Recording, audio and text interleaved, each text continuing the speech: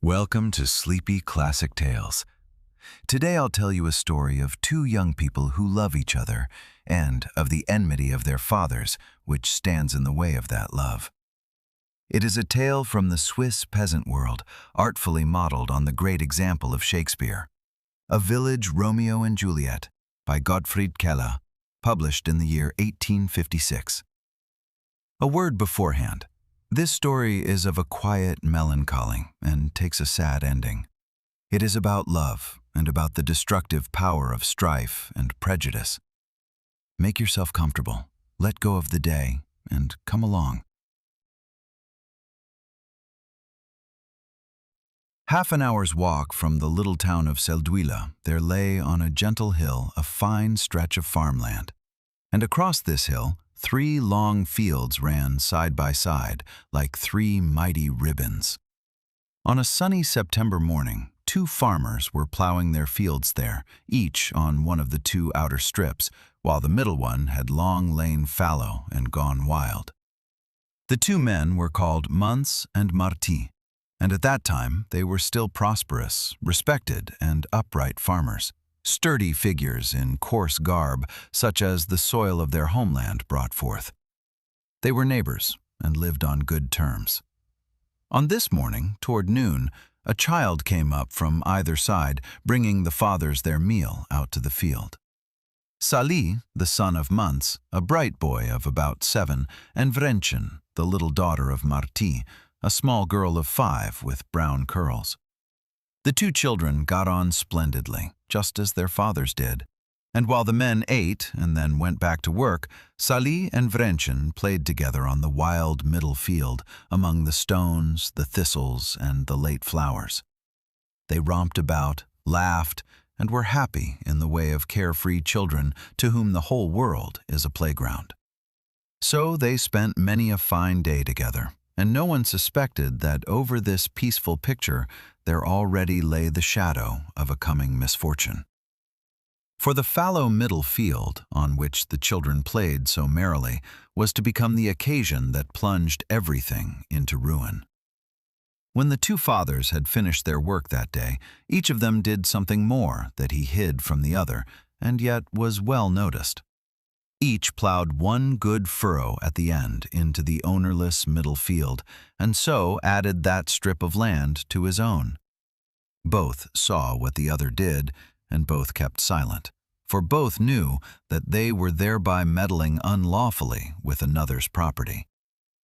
And so there began, quite softly and almost imperceptibly, with this first small injustice, the long road that was to destroy the 2 families.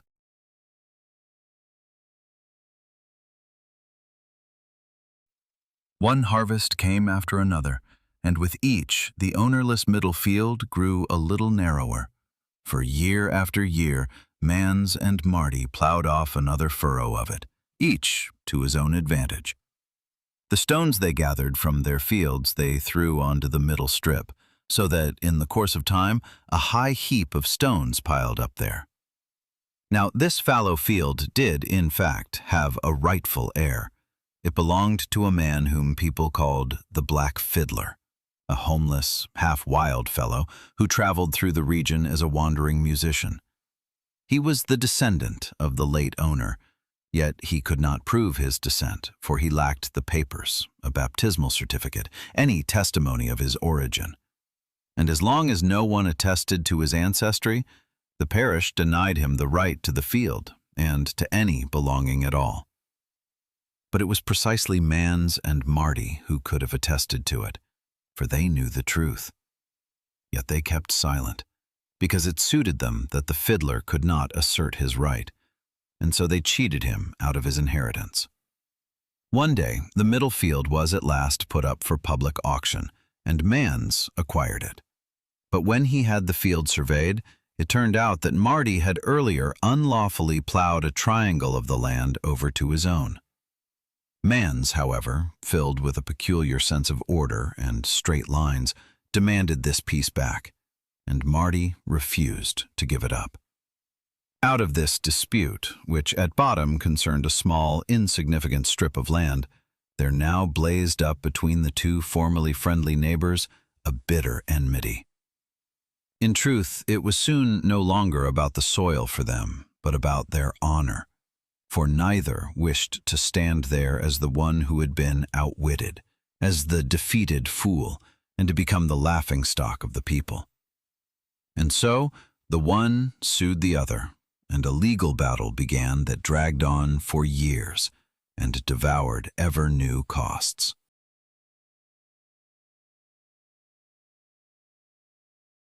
The lawsuit between Mans and Marty took its calamitous course. What had begun as a quarrel over a small strip of land grew into a true obsession. Both men spared no cost and no effort to get the better of the other. They ran from one lawyer to the next, let cunning pettifoggers in Seldwyla draw the money from their pockets, men who raised fine hopes in them and fed their stubbornness. Each wanted to defeat the other and be proved right, cost what it may. And over this dogged struggle, both gradually lost sight of everything else that was dear to them, of their farms, their work, and their families. So year after year went by, and with every lawsuit, with every case lost, their property melted away. Out of the once proud, prosperous, and respected farmers, there gradually became embittered, run-down men who let their farms go to ruin and sank ever deeper into poverty and neglect. The families, too, suffered severely under the decline. Marty's wife could not bear the downfall and died of grief over the misfortune that had come upon her house.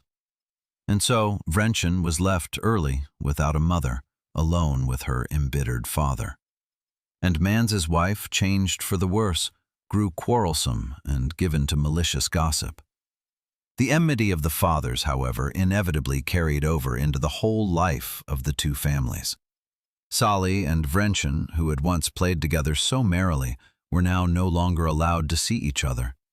They grew up apart, each on their own side, marked by the hatred and misfortune that stood between the houses. Sali kept to the lads, Vrenchen to the girls. And the high heap of stones on the wild field which had once been their playground had grown so tall that the children could not even have seen each other over it. And so they grew up, without each other, two young people who could neither form a good hope for their future nor ever regain the untroubled joy of their childhood.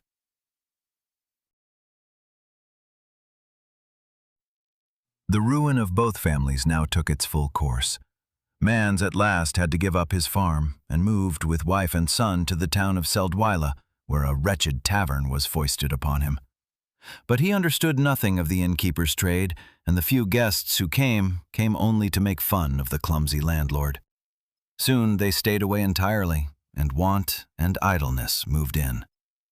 Sali, by now a young man of 19, went with his father to the water to procure at least something to eat by fishing. Marty, too, had sunk low. He had lost almost all his land and worked the last fields slovenly or not at all, and his daughter Vrenchen had to lend him a hand with everything, alone and forsaken in the half-ruined house.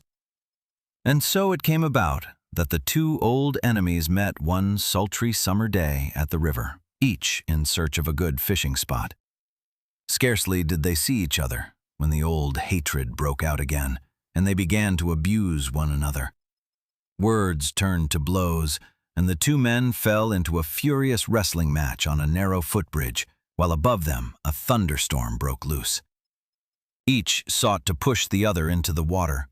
Then Sali and Vrenchen came hurrying up, who had accompanied their fathers, and struggled with all their strength to separate the raging men. And in that moment, in the midst of the terror, it happened. When a rift in the clouds let in the glaring evening light, Sali caught sight of the girl's face close before him, that face so well known to him, and yet so wholly changed, grown so much more beautiful. And Vrenchen saw his astonishment and smiled at him briefly and fleetingly in the midst of her tears and her terror. The two managed to draw the fathers apart, and each went his way, but Sali went home as if transformed. The image of Vrenchen would not leave his mind, and the old emptiness in his heart filled itself in a wondrous way with the memory of the girl. The next day he neither heard nor saw anything more of his parents' wretched squabbling, for his thoughts were only with her, and he was drawn out to the old village to see her again.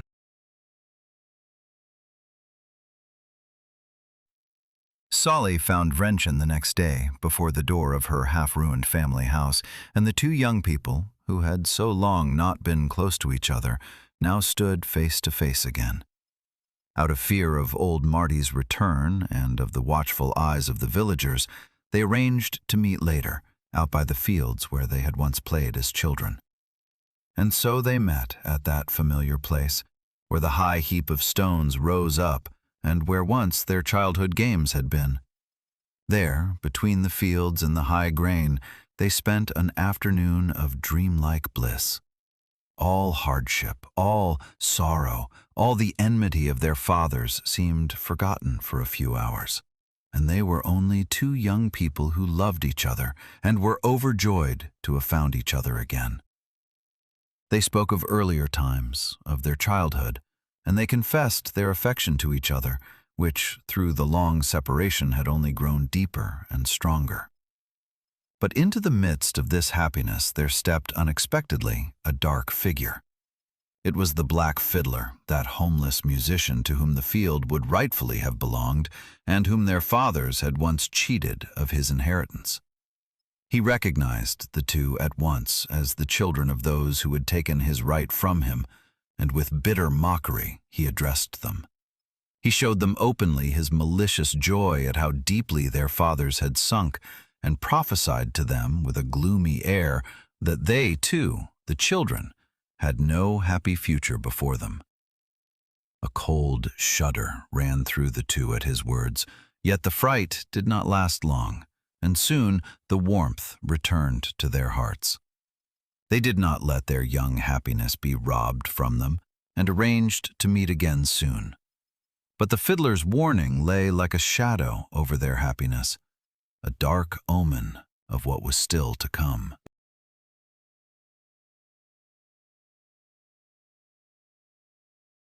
From then on, Sali and Vrenchen met in secret, and their love grew deeper with every reunion. But the happiness was to suffer a sudden, fateful rupture. One day, when the two were together, old Marty came upon them unexpectedly and caught them. In blind rage he lost all control, that of all people the son of his mortal enemy should be approaching his daughter. He went at Sali, and when he then turned against Vrenchen and seized his own daughter roughly and harshly to drag her away, Sali lost his senses. In fear for his beloved, and in anger at the brutal violence, he seized a stone and struck the old man with it, who fell to the ground and lay unconscious.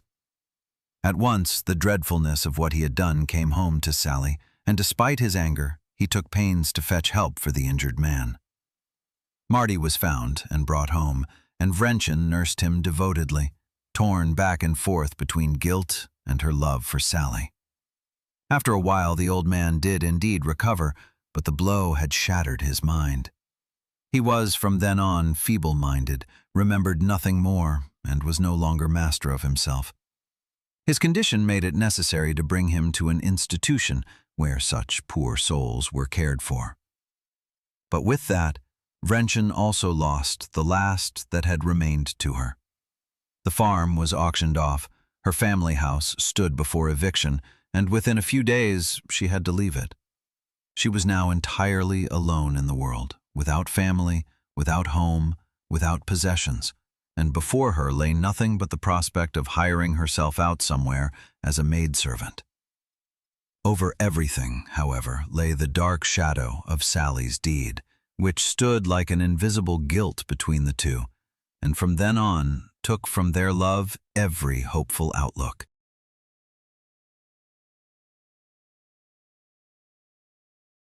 After the loss of her family house, Vrenchen stood before nothing. In a few days, she had to clear out of the house, and after that, she would have to hire herself out as a maidservant, while Sali had no prospect of taking her as his wife under honorable circumstances, for both families were ruined, and Sali's deed lay between them. The two saw clearly that their love had no future in this world. At their next meeting, they spoke openly of it, and in Vrenchen, an ardent wish stirred. Before they must part forever and each set out on their sorrowful way, she wanted just once more to be truly happy, to spend a single, untroubled, beautiful day with the man she loved. She said to Sali that she would like once, just one single time, to dance with him heartily and merrily, as though in a dream. Sali took up the wish, and the two arranged to go together to a festival the next day. To make this day possible for the beloved girl, Sali made a sacrifice. He pawned his silver pocket watch, his only valuable, and with the proceeds bought a pair of pretty dancing shoes for Vrenchen. On Sunday morning, each put on their best finery. Vrenchen adorned herself with the last flowers from the desolate garden of her family house, which was now cleared out except for her bed. Just as they were about to set off, a farmer's wife came to fetch this last bed, which Vrenchen had sold, and, in jest, the woman spoke of an upcoming wedding when she saw the two standing there so festively dressed. And so, Sali and Vrenchen went out on that beautiful September Sunday, hand in hand, like a bridal couple, into the bright morning. They wandered from village to village, stopped along the way, breakfasted and dined, and everywhere they were not known, people took them for a happy young bridal couple and met them kindly. For a few hours, they lived the happiness that life denied them and tasted the sweet illusion of being a couple with the future open before them.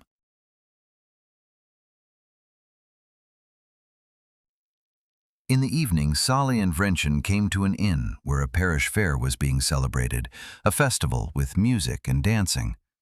At last, Vrenchen could fulfill her wish, and the two danced together, happy and high-spirited as she had dreamed it. But soon some people from Seldwyla recognized them, who stared with envious looks at their happiness, and to escape these strange eyes the two withdrew to where the poor, homeless folk were making merry. In this remote garden tavern, however, none other than the black fiddler was playing for the dance. He recognized the two again and greeted them almost like old acquaintances. He and his companions, wandering, rootless people without home and without name, invited Sali and Vrenchen to join them, and from then on to share the free, unbound life of the homeless, far from all civil order, in the mountains and forests. For a moment, the two danced with these strange figures in the moonlit night. But when they thought it over, Sali and Vrenchen recognized that this way could not be theirs. Too deeply rooted in them both was the longing for an honorable, upright life, for a happiness that could stand before the world and before themselves. A life outside all order, without faithfulness and without firm ground, was not what their hearts yearned for. And yet they saw that an honorable life together in the world they knew remained closed to them forever. Between these two impossibilities, they found no way any longer. In that night, filled with their love and at the same time with the certainty that this love had no future in their world, Sali and Vrenchen formed a quiet, desperate resolve. They did not want to give up this one perfect day of their happiness, and did not want to sacrifice it to the gray misery that lay before them. In the early morning hours, they went down to the river, where a ship laden with hay lay by the bank. They climbed aboard and let themselves drift slowly away on the water, out into the stillness and the cool mist of the breaking morning, holding each other in their arms. And so the two young people went together out of the life that had left them no place, borne away by the quiet water of the river. In the morning, the empty ship was found further down, where the river reaches the town, and people spoke with shaking heads and hard words of the two young people who had gone so lost out of the world, without suspecting what hardship and what hopelessness had driven them to it.